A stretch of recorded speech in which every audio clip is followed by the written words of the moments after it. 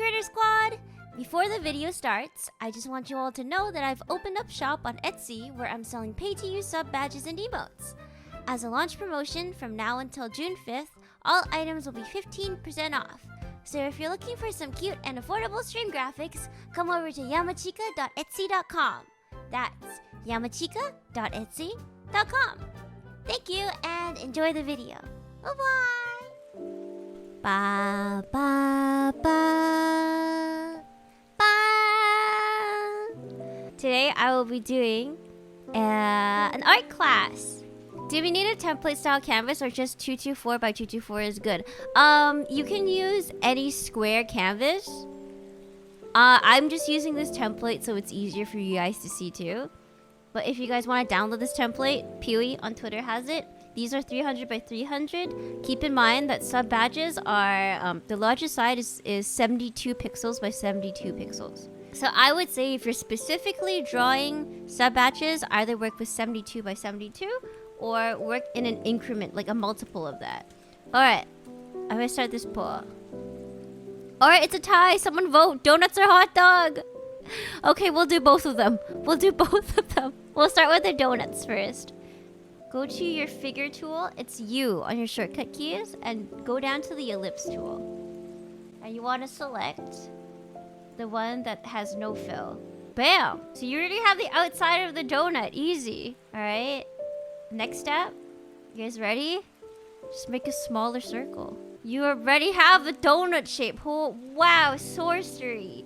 Depending on what type of angle you want, if you want like a straight down angle, you can probably move this a little bit lower. I want to put a little bit of a perspective on mine, so I'm gonna make the hole on top a little bit. Just gonna adjust the hole to make it look a little bit more even. And now it's all about rendering it and adding your own flair to it. Let's add some color. We're just gonna use the fill tool. You can color this donut whatever color you want. Alright, this is just a regular donut. It looks more like a bagel. Do you fill on a separate layer? Yep. So right now I have the inside circle as its own layer. I have the outside circle as its own layer, and then I made a new layer underneath and filled that, so that you can kind of color it on its own. You can lock the opacity of it. So if I want to do any shading or add, Cheeto dust on top of it, it's not gonna color outside of the lines. Make a new layer, and then there's something called the clip to layer below button on your layers panel. So what this does, I'll show you guys. So you can draw like this, right? Let's say I want to shade on top of it or add toppings or whatever. And this is the layer above. The moment you clip to the layer below, bam! It kind of just masks it so that it'll only pop up on the parts that are on the what's colored in on the layer. We don't want this looking like a ketchup donut. Let's work on the shading first. So I'm gonna take the base color that I have and find a darker shade.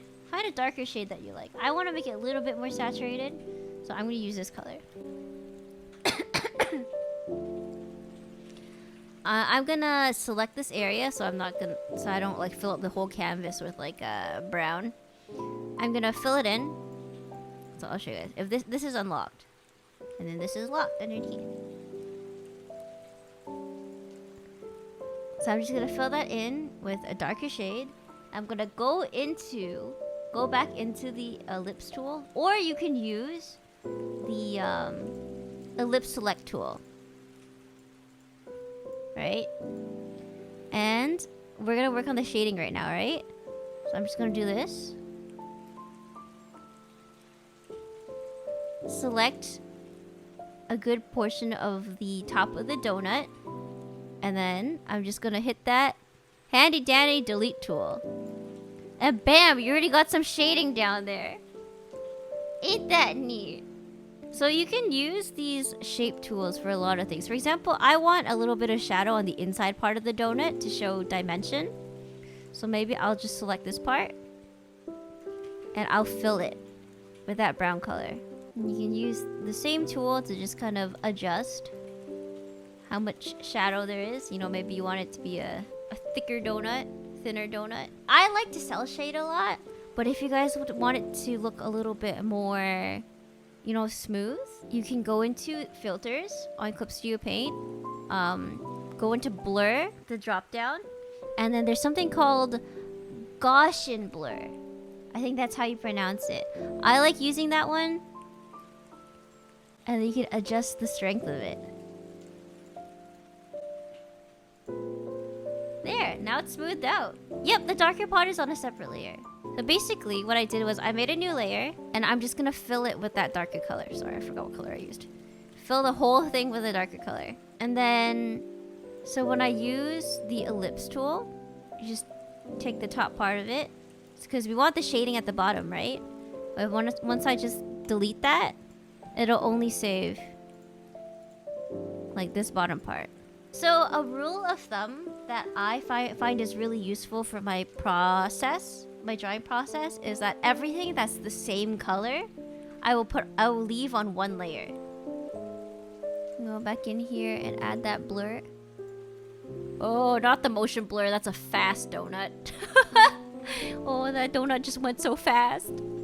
So if we're gonna make a really, really basic donut, we can just add a little bit of shinies. This is probably the this is probably not the most clean thing to use, lasso tool. But if you want to make something a little bit more organic, you can use that. If you want to go back and use the ellipse tool, you can do that too. I made a new layer. Again, it's clipped onto the base layer as well. Basically, the steps that I used to draw is line art, base color, shading, and then highlights. As long as you have shading and highlights, that's how you kind of make it, you know, pop. Look a little bit more three-dimensional, right? There's a variety of different ways you can make your donut shiny. Like, you can have this little nice light outline out there. Or, what I usually like doing is I like adding, like, this type of shine. It's very bubbly. You can also add the blur there too, if that is your style. What I like doing, the reason why I said the line weight doesn't matter too much is because I think both Photoshop and Clip Studio Paint have something called the border effect. I know some of you guys have asked me about this before. But basically, it's in the layer property settings, border effect. You can just change that to black, and you can make it as thick or as whatever as you want. I usually like a thicker outline to make it pop more in the tiny sizes. Alright, so we have this base donut, right? But what can we add to this basic shape to make it more appetizing, more interesting?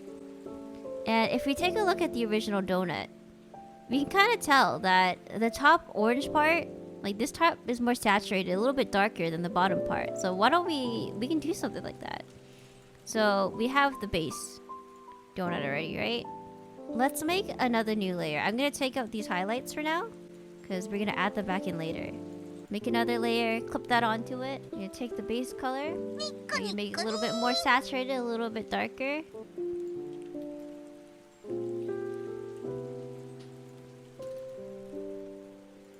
Put that underneath. Actually, this is a good time to show you guys the multiply layer blending effects. So you see how go to the left side on your shading, right? Go into your blending mode. It should be right there. Sorry if you guys can't see it very well. But if you scroll down, there should be something called the multiply layer. So what that does, I'll show you guys on a separate canvas. Let's take this orange color, and then we're gonna do this one. Lock that real quick. I got a regular orange, and I got a gradient over here. I'm gonna make a new layer, set this to a multiply layer. Actually, no, I'll show you what it looks like first. Now let's take blue. So if I put this blue color on top, it's just, you know, it's a flat color, right? But if you switch the blending mode to multiply, you see that? It kind of uses the blue color to make this shade. There's the other one that I use a lot is the overlay one. So that one makes it a little bit lighter instead. So going back to the donut, right? So this is the normal color that I chose. But I also added the little top darker part. So if I use the multiply and maybe adjust the opacity a bit, make it blend a little bit better. That's it. That's the base donut. You guys made your very first sub badges. Same thing with the highlights too. Like you can turn this into an overlay layer. Oh, I'm on the wrong layer. I'm drunk on the wrong layer. Okay, overlay.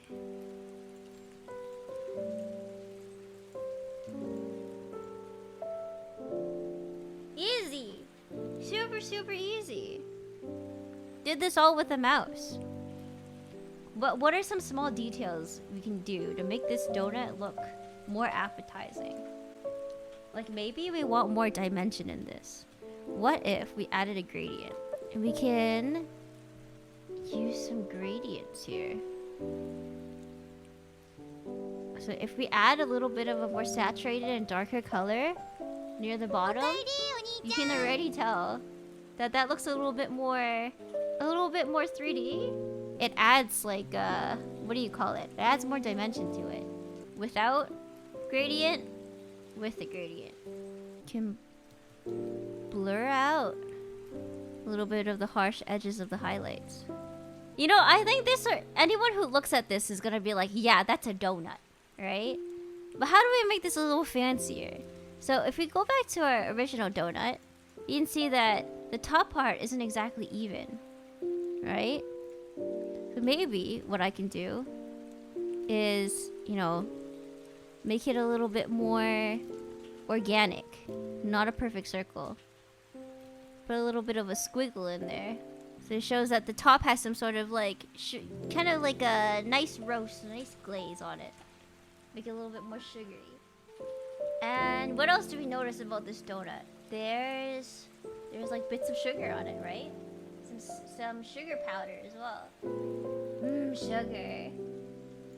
Oh, we can add that as well. You can either do it on the same layer or you can make a new layer. Just as long as everything is clipped to the base layer down here. You can manually draw in some sugar, or I'm pretty sure there's some pretty nice textured brushes on Clip Studio Paint. And add these sprinkles on.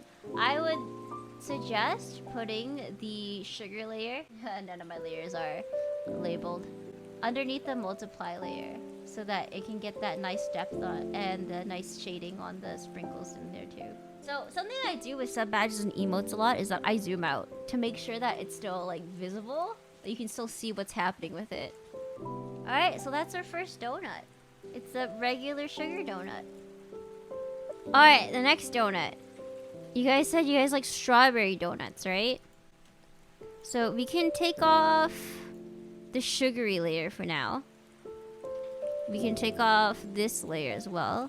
So we got a blank donut to work with. And let's put some strawberry icing on this. Put some strawberry icing on this baby. So let's add some squigglies to make it look like it's like melting, you know? I'm doing this with a tablet, but I think you should be able to do this with a mouse as well. You just gotta get a bit of a steady hand. Let's lock it. Or we can make a new multiply layer, but I'm just gonna lock this and color on top of it. Do you guys like the shade of pink? Because we can go lighter. Because what I was thinking of was this could be the shade color. We can take a bit of a lighter color. And just like what we did before, we can add some shading into the donut. You can use the blur tool to kind of like blur it out. Make that look like drip. Use the soft airbrush tool to kind of add more depth between each part of the drippy parts. And then I want to add a little bit of I think I'm going to make the base color a little bit lighter for this donut. Make this one more of a pink shade as well. Okay, anyways, I'm going to add more shading at the bottom of this.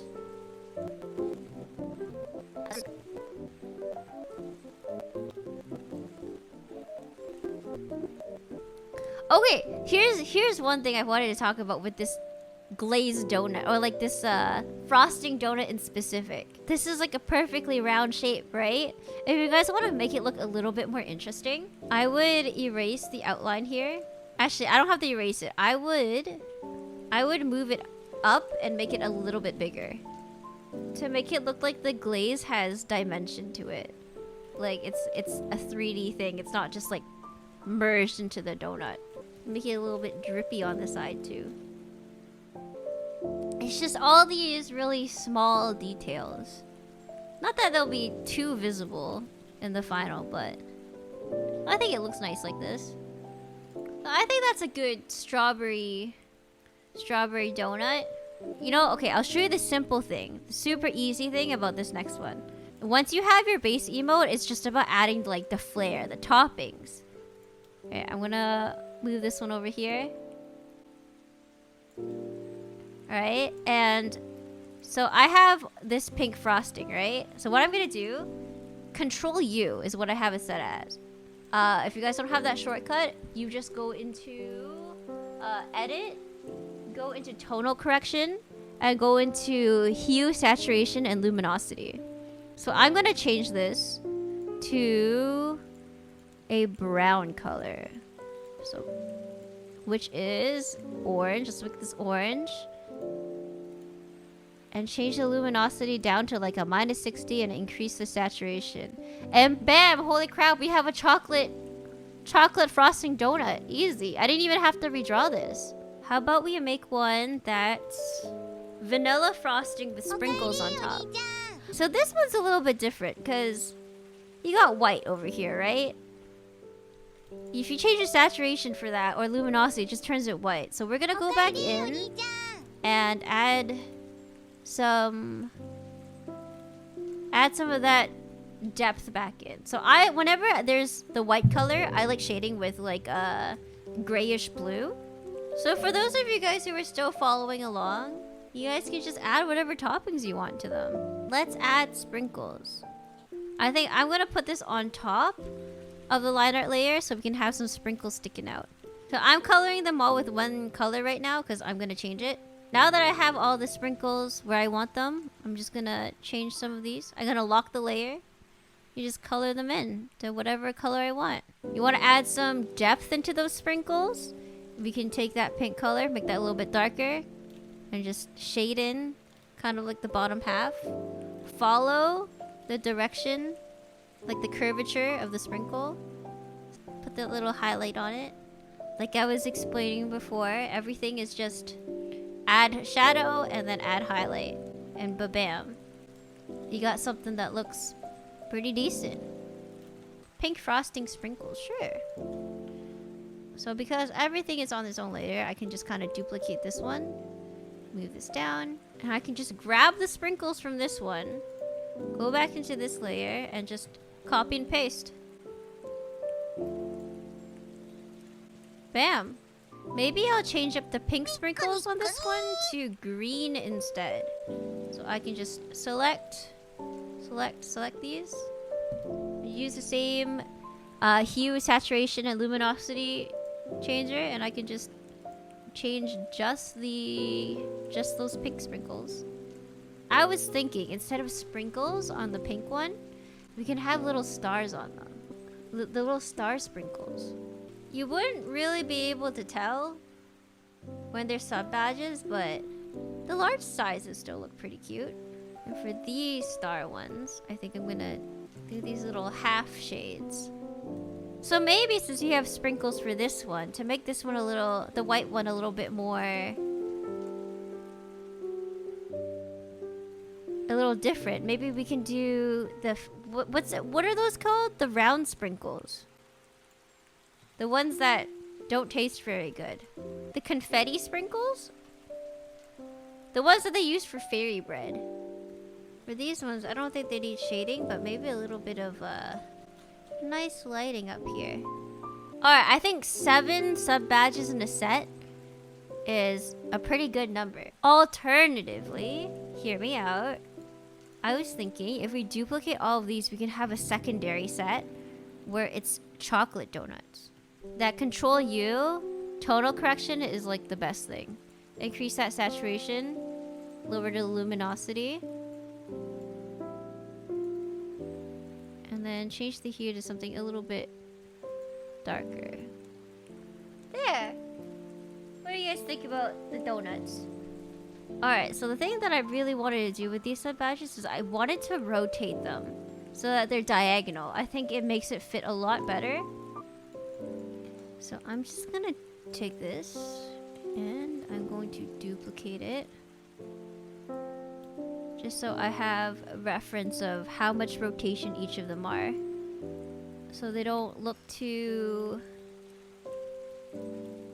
scuffed. Alright, what do you guys think? Do you think the donuts are cuter when they're facing straight down, or do you guys think it's more interesting if it's tilted to the side? Diagonal is best. Alright, the chat has spoken. Did anyone is anyone in chat actually following along, or actually followed along and got to make their own donut today? Out of curiosity.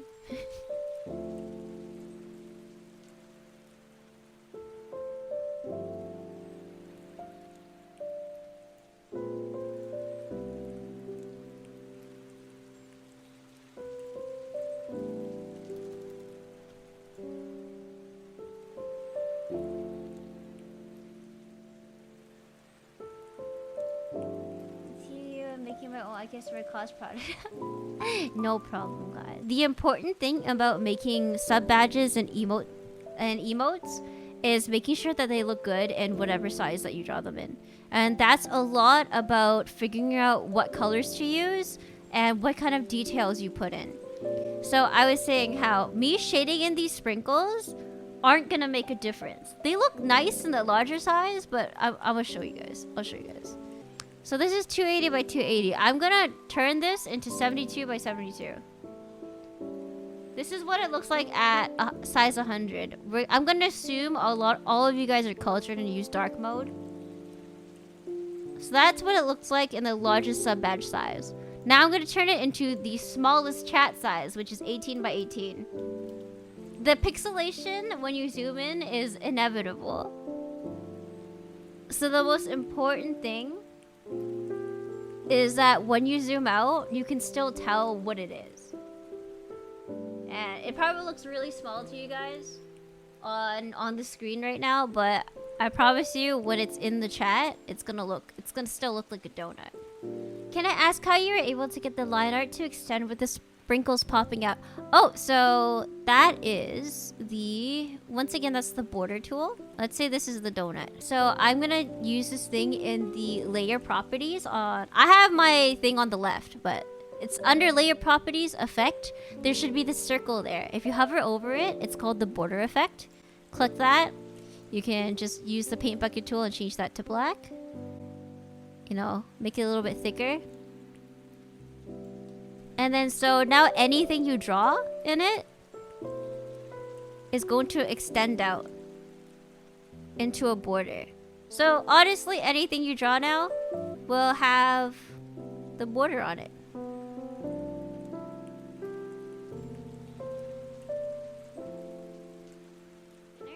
I'll be back in 10 minutes and then we'll work on the hot dog sub badges. Thank you, thank you, thank you.